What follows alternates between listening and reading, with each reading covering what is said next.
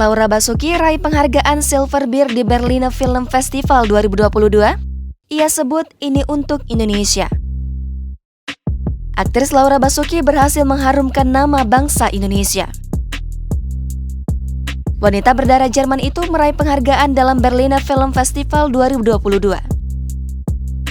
Acara bergengsi bagi insan perfilman dunia ini berlangsung mulai 10 hingga 20 Februari mendatang. Laura Basuki meraih penghargaan Silver Bear for Best Supporting Performance dalam perannya di film Before, Now and Then sebagai Nana. Melalui akun Instagram pribadinya, @laurabas, ia menyampaikan rasa syukurnya. Ia juga tak lupa mengucapkan terima kasih atas support yang telah diberikan untuknya. Mengutip dari kompas.com, selain unggahan dalam Instagram pribadinya, Laura juga sempat mengucapkan terima kasih melalui video. Wanita 34 tahun itu mengatakan, jika kesuksesan sebuah film itu tak terjadi tanpa kerjasama tim yang luar biasa.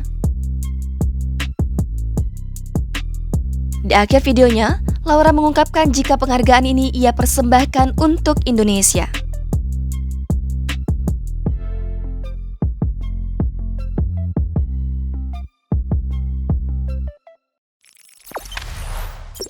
Jangan lupa subscribe, share, komen, dan like ya!